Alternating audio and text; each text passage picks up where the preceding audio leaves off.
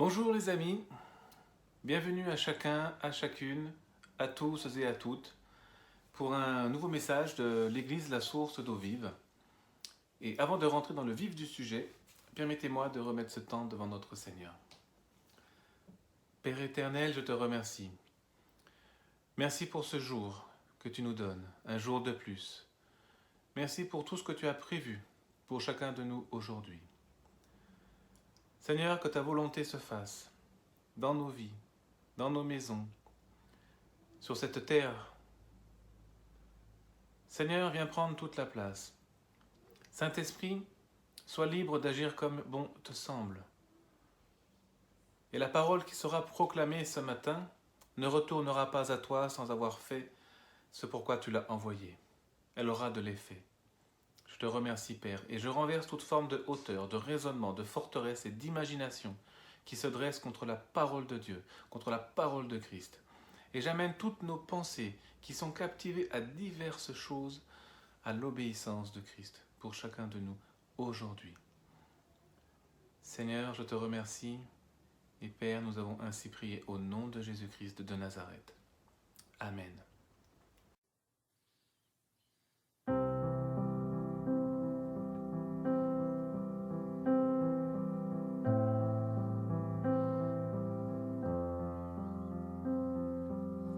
Comme l'enfant jouant sur le sable, croyant qu'il peut vider la mer, je me tiens devant l'inexprimable, l'amour plus grand que l'univers. Tu es Dieu, éternel et infini. Tu es Dieu, qu'aucun mot ne peut décrire. Mais j'essayerai encore.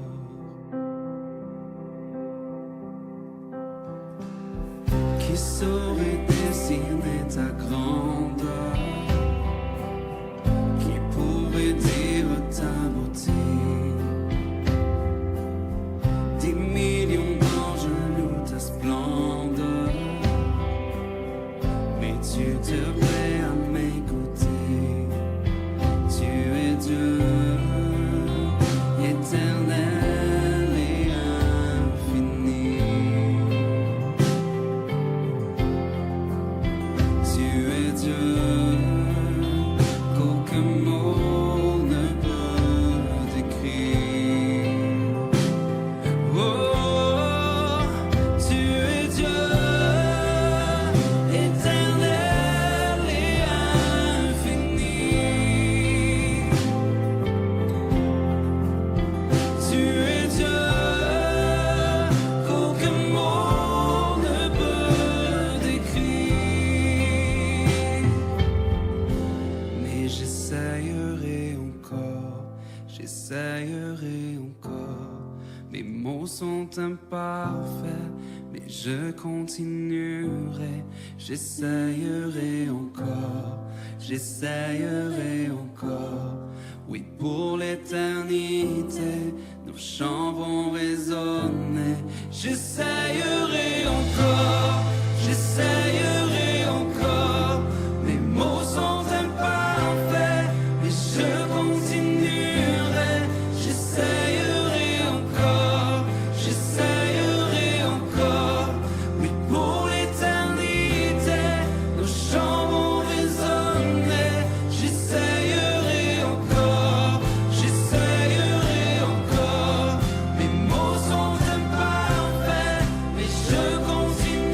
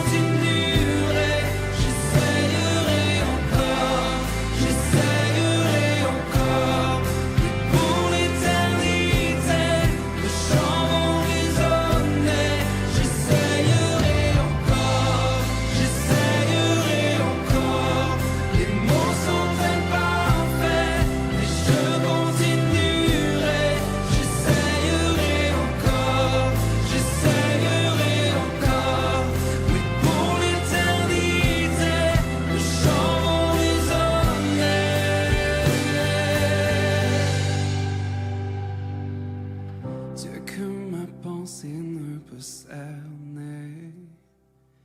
Mes mots s'épuisent à te saisir. Mais quand je contemple ta beauté, mon cœur ne peut les contenir.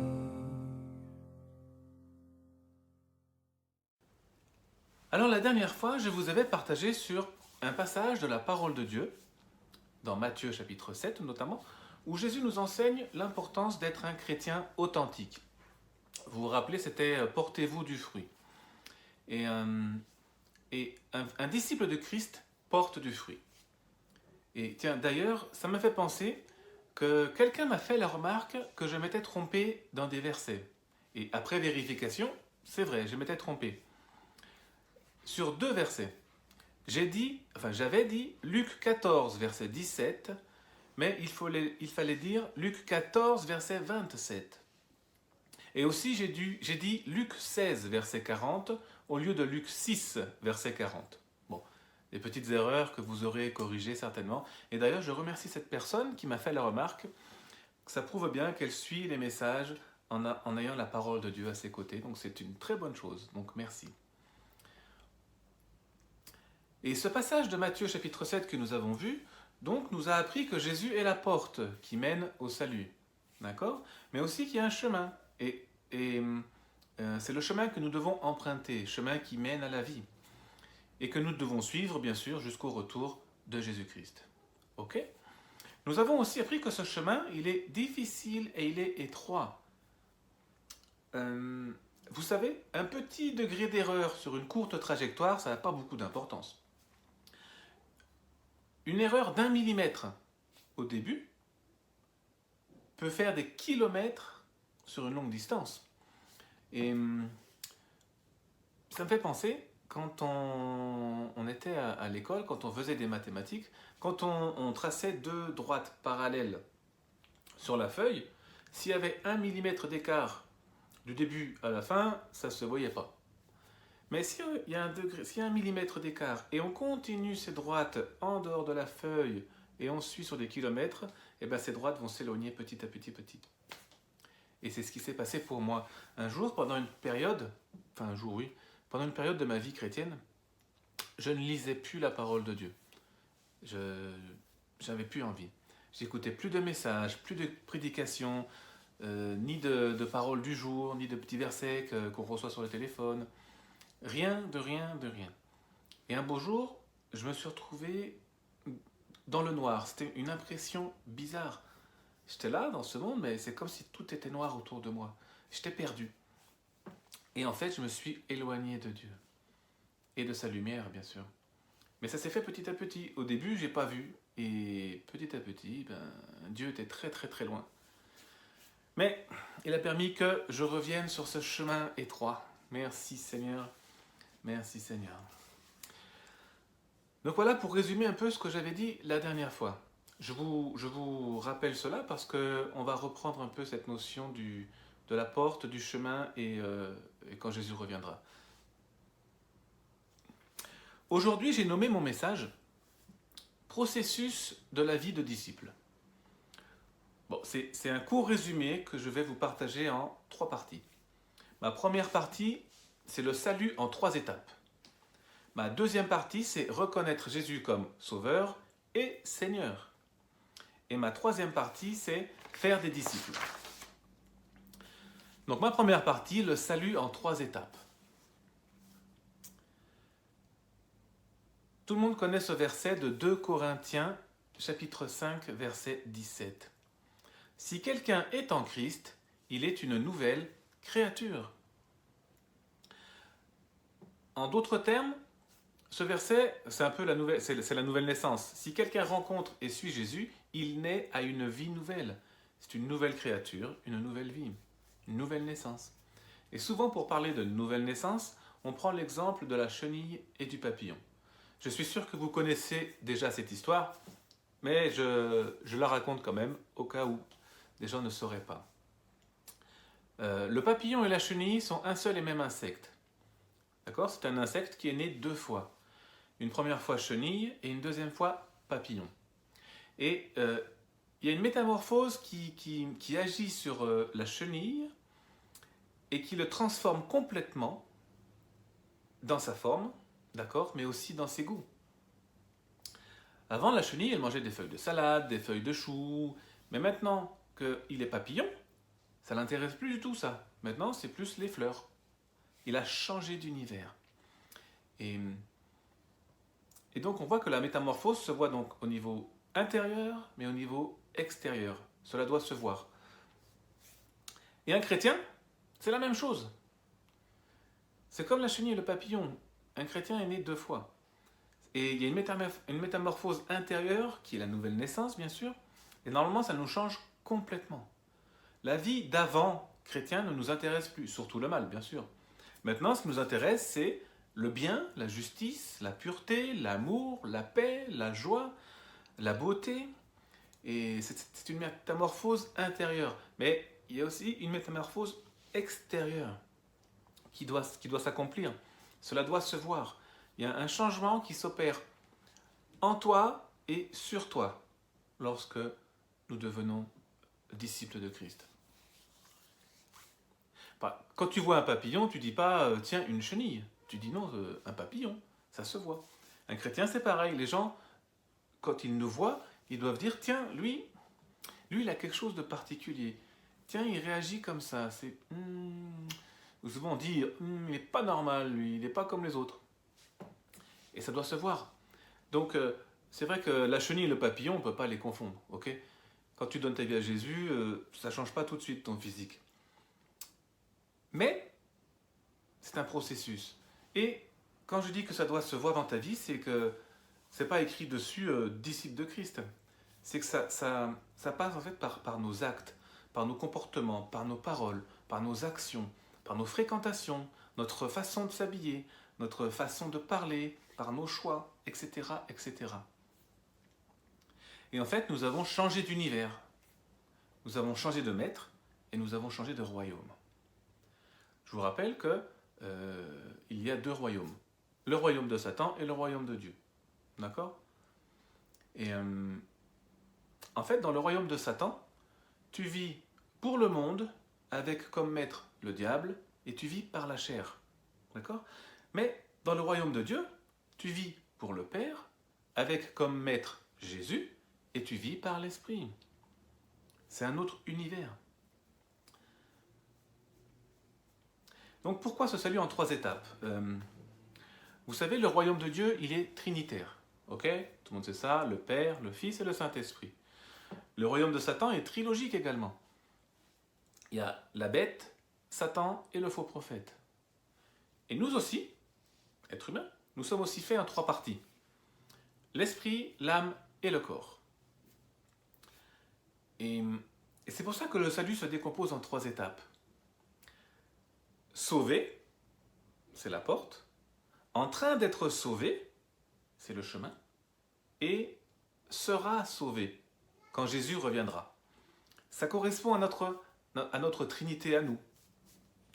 Je vais vous illustrer ça par une image. Vous comprendrez mieux ce que je dis. Imaginez que vous avez une pièce, une cave, et où vous n'avez plus mis les pieds depuis plus de 10 ans, de 20 ans, enfin très très longtemps. Donc vous descendez et vous ouvrez la porte, il n'y a pas de fenêtre, donc il fait noir. La première chose que vous faites donc, vous allumez la lumière. Et ça, mes amis, ça c'est la première étape. Lorsque tu donnes ta vie à Jésus, tu le reconnais comme Seigneur et Sauveur de ta vie. Ça, on dit que c'est l'esprit qui est allumé. En fait, cet esprit, il était éteint depuis le péché d'Adam. Vous savez, on était séparés de Dieu, coupés de Dieu. Notre esprit était éteint.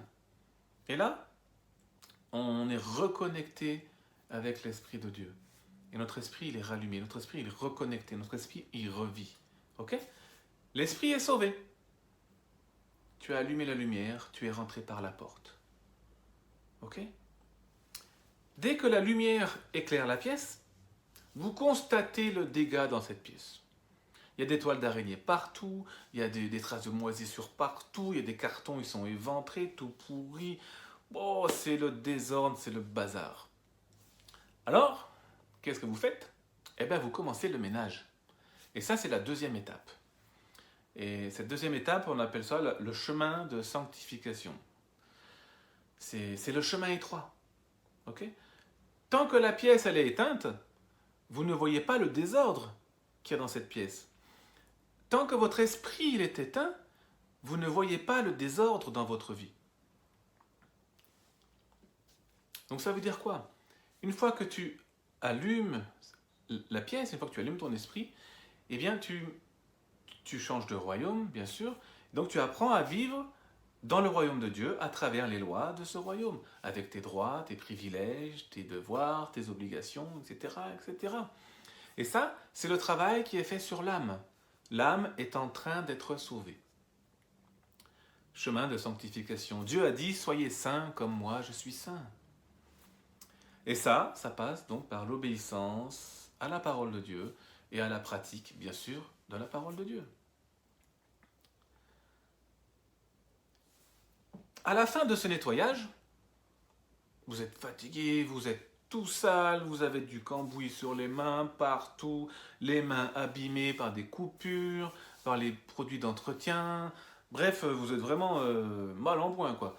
Et donc, vous allez vous laver, hein, et vous allez mettre des crèmes sur vos mains, sur votre visage, des sels de bain, du parfum, et en fait, vous ressortez de cette salle de bain, vous êtes resplendissant. Et ça, c'est la troisième étape. Ça concerne le corps. Ok? À la résurrection, nous aurons des corps glorieux. Et nous n'aurons plus des corps corruptibles, mais des corps incorruptibles. Le corps sera sauvé. Nos corps seront semblables à celui de Jésus. Dans Philippiens 3, verset 21, il est écrit « Le Seigneur transformera le corps de notre humiliation en le rendant semblable au corps de sa gloire. » Alléluia. Amen. Donc voilà, en bref, en rapide résumé, le chemin du salut pour nos vies. Notre esprit, notre âme et notre corps. Et ils sont tous les trois importants. Et nous devons veiller à en prendre soin. Autant spirituellement pour notre esprit, notre âme, en lui donnant de bonnes choses à manger, comme la lecture de la parole, de bonnes choses à voir, à entendre, mais aussi naturellement pour notre corps, en lui donnant aussi de bonnes choses à manger. Faire attention à notre corps. Aujourd'hui, il n'y a jamais eu autant de salles de sport, de salles de remise en forme. Il y en a partout. Et généralement, c'est toujours plein. Hein. Il y a toujours plein de monde. Bon, à part en ce moment, elles sont toutes fermées à cause du Covid. Bon. Mais les gens entretiennent plus leur corps physique que leur corps spirituel, que leur esprit. Ils ne voient pas forcément l'intérêt. Ou alors, s'ils le font, ils le font d'une mauvaise façon. En tant que disciples de Christ, nous devons faire attention à ces trois parties de notre être. 1 Thessaloniciens, chapitre 5, verset 23, nous dit « Que le Dieu de paix vous sanctifie lui-même tout entier, et que tout votre être, l'esprit, l'âme et le corps, soient conservés irrépréhensibles lors de l'avènement de notre Seigneur Jésus-Christ. » Amen. Amen. Merci Seigneur. Ma deuxième partie, je l'ai nommée « Reconnaître Jésus comme Seigneur et Sauveur ». Bon, je ne vais pas trop m'attarder sur ce passage, mais juste quelques rappels. Seigneur et Sauveur sont indissociables. L'un va avec l'autre, obligatoirement. Seigneur, ça désigne le statut de Jésus dans nos vies. Il est Seigneur de nos vies. Okay? Alors que Sauveur, il est Sauveur de nos vies bien sûr, mais Sauveur en fait désigne l'œuvre que Jésus a accomplie pour nous à la croix. Et nous prenons part au bénéfice de son œuvre, donc de son salut, au moment où on se soumet à son statut de Seigneur. L'un va avec l'autre. Vous savez, la dernière fois, on avait vu que Jésus disait « Retirez-vous de moi, je ne vous connais pas ». Il parlait à des chrétiens. Et Jésus dit « Vous m'appelez Seigneur, Seigneur, mais vous ne faites pas ce que je dis.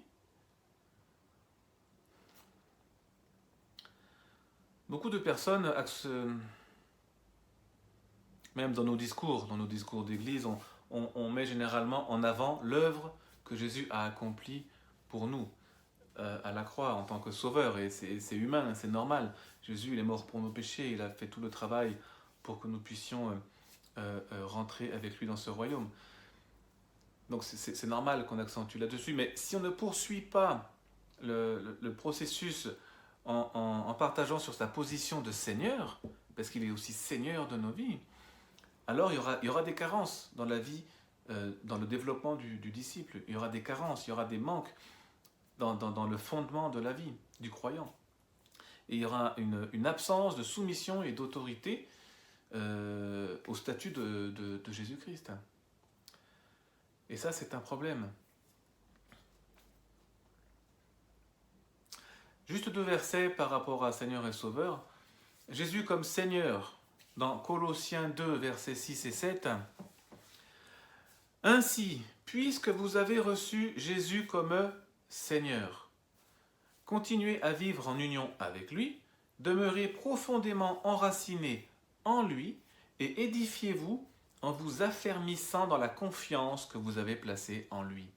Amen. Donc là, le texte ne nous dit pas d'accepter qu'ils ont accepté Jésus comme sauveur, ils l'ont accepté comme Seigneur. Bien sûr qu'il est leur sauveur, mais là, on accentue sur le mot Seigneur. Et si Christ est vraiment le Seigneur de nos vies, alors nous devons vivre unis à lui, enracinés en lui et construire sur lui. Tout dépend de lui. Ensuite, Jésus comme sauveur. Et ça, c'est le point de départ, bien sûr, de la vie chrétienne, du statut de disciple, c'est de croire en la rédemption acquise par Jésus. Dans 1 Corinthiens 15, versets 1 à 4, Paul nous dit « Je vous rappelle, frères, l'évangile que je vous ai annoncé, que vous avez reçu, dans lequel vous avez persévéré, et par lequel vous êtes sauvés, si vous le retenez tel que je vous l'ai annoncé. Autrement, vous auriez cru en vain. Je vous ai enseigné avant tout, comme je l'avais aussi reçu, que Christ est mort pour nos péchés, selon les Écritures, qu'il a été enseveli et qu'il est, et qu'il est ressuscité le 3e jour, selon les Écritures. Amen. Dans le verset 2, là, on apprend qu'il est possible de croire en vain. C'est quoi croire en vain ? C'est croire en fait dans une façon qui ne coïncide pas avec ce que Dieu dit, ce que Dieu ordonne. Et c'est quoi en fait ce qu'il dit ? On le voit dans le verset 3 et 4. Nous trouvons les 3 éléments qui doivent composer notre croyance. Notre croyance au statut de sauveur au statut de sauveur de Jésus sauveur. C'est, on le voit, c'est sa mort pour nos péchés. C'est son ensevelissement qui prouve la réalité de sa mort. Et c'est sa résurrection qui signale que son sacrifice a été accepté par le Père. Ce sont les 3 éléments de la croyance en tant que Jésus sauveur. S'il n'y a pas ça, s'il n'y a pas la résurrection, on aurait cru en vain. Donc voilà, c'est mon 2e chapitre. Ma 2e partie, c'est Jésus Seigneur et Jésus Sauveur, indissociables l'un de l'autre. On ne peut pas prendre Jésus que Sauveur et laisser de côté le Seigneur, je fais ma vie comme je veux. Non, non, non. L'un va avec l'autre, mes amis. Ma 3e partie, faire des disciples.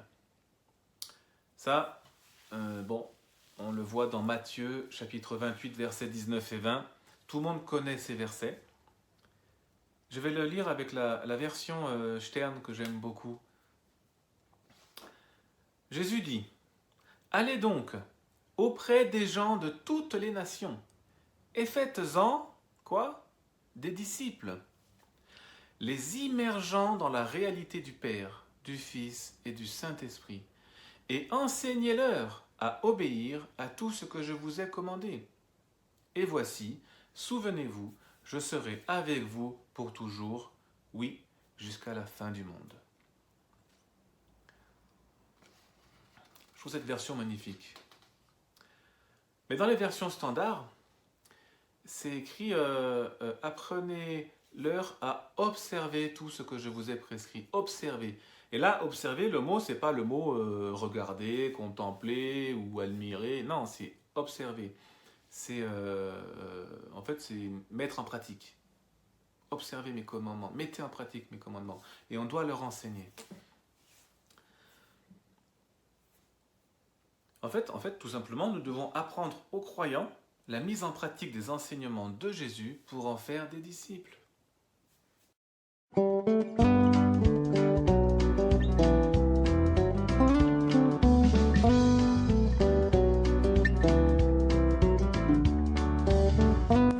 Le croyant va à l'église. Le disciple comprend qu'il est l'église. Le croyant cherche qu'on l'encourage. Le disciple encouragea d'autres.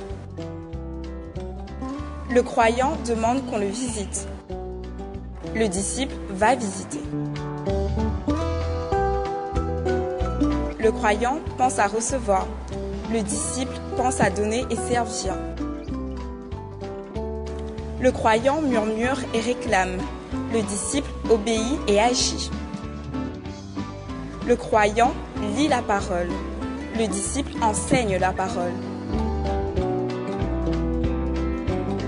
Le croyant veut qu'on l'écoute. Le disciple prie pour les autres. Le croyant attend qu'on lui donne une tâche. Le disciple est prêt pour assumer des responsabilités.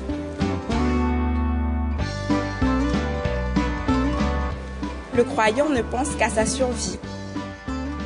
Le disciple est prêt à sauver les autres. Le croyant s'abandonne partiellement. Le disciple abandonne toute sa vie. Pour le croyant, Jésus est le Sauveur. Pour le disciple, Jésus est le Seigneur. Le croyant additionne. Le disciple multiplie. Les croyants sont révolutionnés par le monde. Les disciples révolutionnent le monde. Le croyant a pour but d'arriver au ciel. Le disciple a pour but de gagner des âmes pour le ciel. Le croyant attend pour un réveil. Le disciple fait partie du réveil. Le croyant rêve. Le disciple agit. Tout disciple est un croyant. Mais ni tout croyant est un disciple. Vous, êtes-vous un croyant ou un disciple? Que voulez-vous être?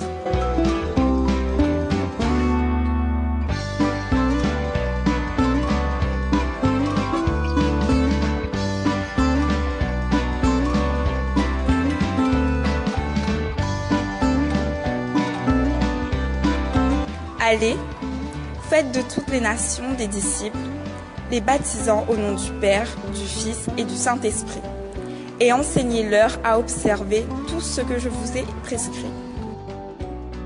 Matthieu 28, versets 19 à 20.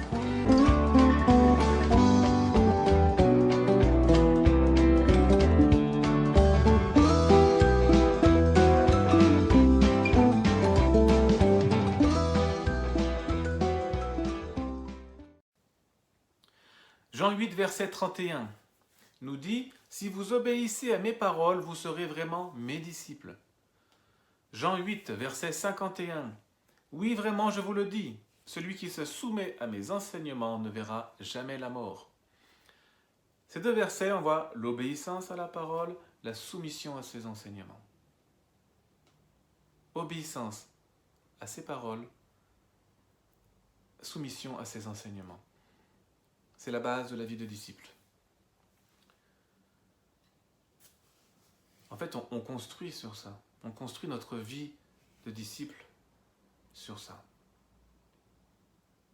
Donc c'est une mission que Jésus nous donne. à chacun de nous. Et cette mission, elle n'a pas été seulement donnée au pasteur, elle n'a pas été seulement donnée au ministère, comme on dit. Elle a été donnée à chacun, à chacune des personnes qui suivent Jésus-Christ, à chacune des personnes qui se disent disciples de Jésus-Christ, nous devons faire des disciples. C'est-à-dire leur enseigner à obéir à tout ce que Jésus commande de faire. Et Jésus n'a pas dit, si vous avez envie, faites-le. Si vous n'avez pas envie, restez chez vous, c'est pas grave. Non, c'est la mission de tout le monde. C'est pas obligatoire, mais si en fait, si. Et on confond souvent en fait la mission que Jésus nous a donnée avec le ministère. La mission et le ministère, c'est pas la même chose. Le ministère, c'est le service envers les croyants dans l'Église. D'accord ? Le ministère, c'est pasteur, évangéliste, enseignant, prophète. Tout cela, c'est pour les croyants. Ils enseignent le corps du Christ. La mission, c'est le service envers les non-croyants hors Église. D'accord ? Les ministères, ils ont été donnés pour équiper les saints, donc les gens qui sont déjà dans l'Église. D'accord ? La mission, elle est hors Église. Et nous avons chacun et chacune cette mission à accomplir. Une fois, quelqu'un m'a dit j'ai annoncé Jésus à quelqu'un, je suis un évangéliste. Ça m'a fait sourire et je lui ai dit non, tu sais, un évangéliste, c'est quelqu'un qui enseigne dans l'église. Oui, après, il va dehors, il parle de Jésus. Mais toi, tu es juste un disciple qui a fait son devoir. Il me dit, d'accord. Donc,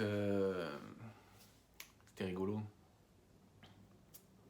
Notre mission, là, elle est très importante. Et en plus, vous savez, ce sont les dernières paroles de Jésus. C'est le dernier commandement de Jésus, c'est ça, hein, faites des disciples. Et si les chrétiens ne le font pas, qui va le faire ? Donc, nous ne devons pas avoir honte de parler de Jésus. Nous ne devons pas avoir honte d'être moqué, d'être méprisé. Jésus, il a dit, si vous avez honte de moi sur terre, j'aurai honte de vous devant mon Père. Bon, ça fait réfléchir. Et vous savez, nous ne venons pas à l'église pour faire plaisir au pasteur. On n'écoute pas des messages pour faire plaisir à l'un ou à l'autre. On ne va pas à l'église pour chauffer des chaises, comme on dit. On va à l'église pour entendre Dieu parler. Qu'est-ce que Dieu nous dit aujourd'hui ? On vient à l'église pour se faire soigner. On vient à l'église pour se faire instruire, pour se former. Et ensuite, on retourne dans le monde. C'est comme un match de boxe. Vous savez, au début, c'est le premier round. Hop, tu te lèves, tu combats dans la rue, là, et tu donnes une droite, puis tu t'en prends deux, et oh là là, tu prends des coups, et à la fin du premier round, t'es tout fatigué, tout pas bien, et tu vas t'asseoir dans ton coin, sur ton tabouret. Et là, le coin, là, dans le ring de boxe, c'est l'église. D'accord ? Et là, l'église, on est là, on te soigne, et on te dit comment évoluer. On te dit quelle stratégie à avoir. Fais attention là, tu aurais peut-être dû commencer par là avant d'aller là. Et tu apprends. Et après, quand tu fais le deuxième round, tu as plus d'expérience, tu as plus d'acquis. Et tu retournes au combat avec plus d'assurance. Et plus tu combats, et plus tu as de l'assurance. Amen. Amen, amen. Et il y a deux extrêmes de chrétiens en fait. Il y a ceux qui n'annoncent pas Jésus parce qu'ils ont honte, ils ont peur d'être jugés, ils ont peur d'être abandonnés, ils ont peur d'être critiqués, je ne sais pas, de par leur travail également, où c'est difficile d'être dans le monde, mais d'être aussi chrétien. Et ceux-là, ils n'annoncent pas Jésus. Donc ils ne se mouillent pas, ils disent rien, et ils trouvent toujours des excuses pour ne pas aller au combat. C'est pas des reproches, hein, c'est juste une catégorie de personnes. Et après, il y a la timidité, il y a la façon de parler, on a du mal à parler, il y a tout plein de... Bon, on a toujours des excuses pour ne pas annoncer Jésus, de toute façon. Mais après, il y a l'autre extrême. Il y a ceux qui annoncent Jésus tout le temps, sans... comment dire ? Sans discerner le temps de Dieu, en fait. En En fait, ils vont au combat, ils vont sur le ring de boxe, là, ils y vont sans les gants, ils y vont sans stratégie, sans connaître l'adversaire, sans règles, ils font n'importe quoi, ils se font vite éjecter. Et l'un et l'autre n'est pas la meilleure solution. Nous devons trouver l'équilibre. Nous devons être remplis de sagesse pour quand parler, quand se taire, quand annoncer, quand pas annoncer. Et ça, on apprend ça dans l'église, on se forme. Et après on va dans le monde. Et après on revient à l'église. C'est le pasteur Gerald Bowerman qui avait fait un message sur viens et va. C'est viens à l'église et ensuite va dans le monde.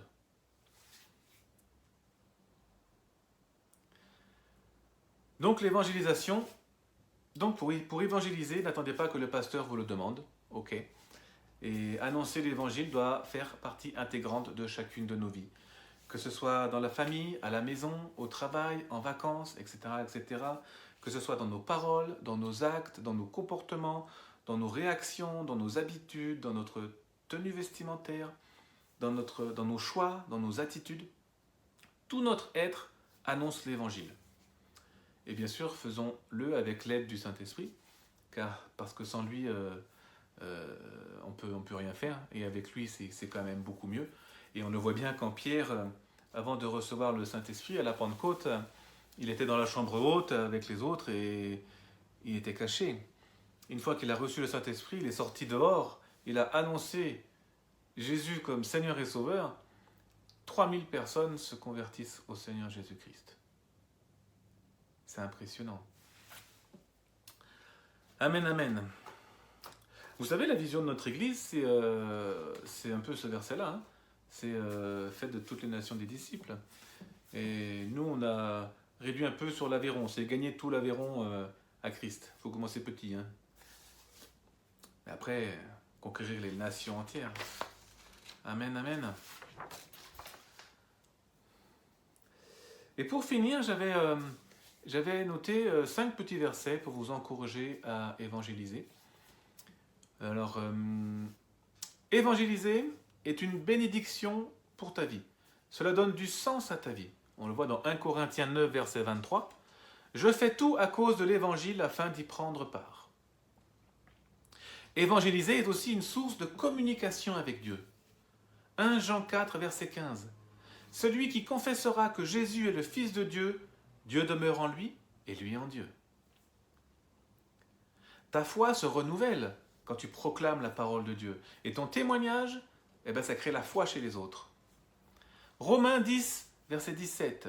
« Ainsi, la foi vient de ce qu'on entend, et ce qu'on entend vient de la parole de Christ. » Évangéliser est une arme pour la victoire spirituelle. Apocalypse, chapitre 12, verset 11. « Ils l'ont vaincu à cause du sang de l'agneau et à cause de la parole de leur témoignage. » Amen. Mais par contre, ne pas évangéliser, ça attire la colère de Dieu. Romains 1, verset 18 nous dit « La colère de Dieu se révèle du ciel contre toute impiété et toute injustice des hommes qui retiennent injustement la vérité captive. » Alors mes amis, nous qui connaissons la vérité, vous savez, la vérité est une personne, c'est Jésus-Christ. Il est le chemin, la vérité et la vie. Alors, ne gardons pas cette vérité pour nous, partageons-la. Donc voilà, j'ai terminé mon message. Donc ne soyez pas trop découragés si vous ne vous retrouvez pas dans tout ce que je dis. Comme j'ai dit, la vie de disciple, c'est un processus, on est tous en chemin, on a tous des facilités pour certaines choses, des difficultés pour d'autres, mais nous sommes tous en chemin. L'important, c'est de rester sur ce chemin et d'être unis ensemble. Donc, soyez en paix, persévérez, vraiment soyez unis avec Christ, enracinés en Christ et construisez sur lui en tant que Seigneur et en tant que Sauveur également. Vous avez part à son salut, vous avez part à l'héritage, vous êtes co-héritier avec Christ et ça c'est merveilleux. Donc travaillons ensemble pour lui, avec lui et en lui. Ok ? Et vous êtes de magnifiques papillons. Vous n'êtes plus des chenilles. Vous êtes de magnifiques papillons. Vous êtes une nouvelle créature. Une créature merveilleuse. Amen. Croyez-le. Et vivez-le. Que Dieu vous bénisse. Je vous aime. Et au plaisir de se revoir bientôt. En vrai. Voilà. Soyez bénis, mes amis. Au revoir.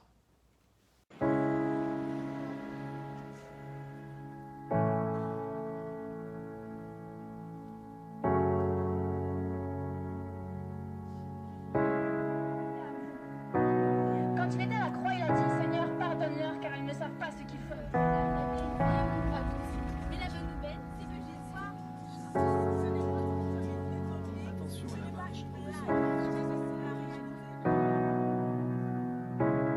When I walk through deep water, Et moi, je t'abandonnerai pas à tes I know that you will be with me.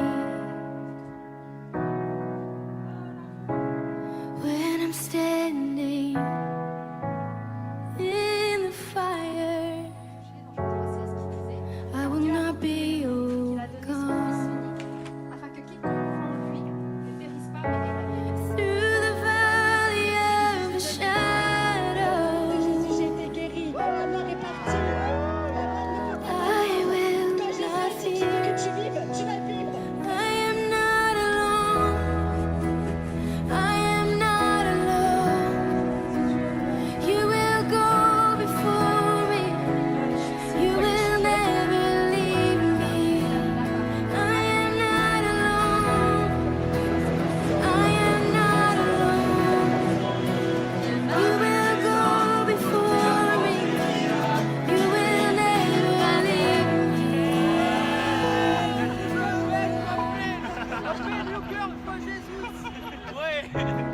in the midst of Depuis une fois, tu n'as plus jamais deep sorrow. Je sais que tout le monde... I see your light is breaking through the dark of night. Will not overtake me.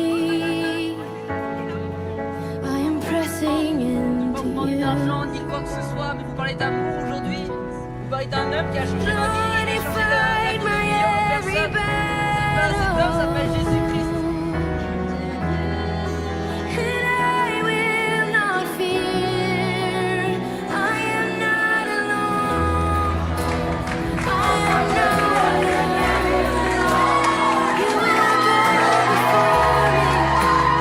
You will never leave me. I am not alone. You will go before me.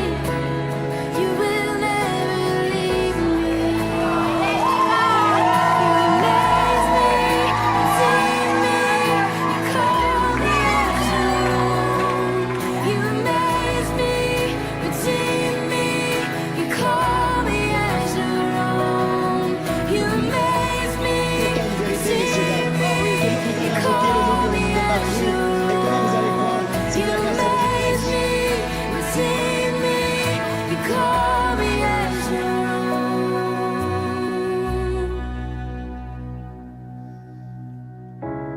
You're my strength, you're my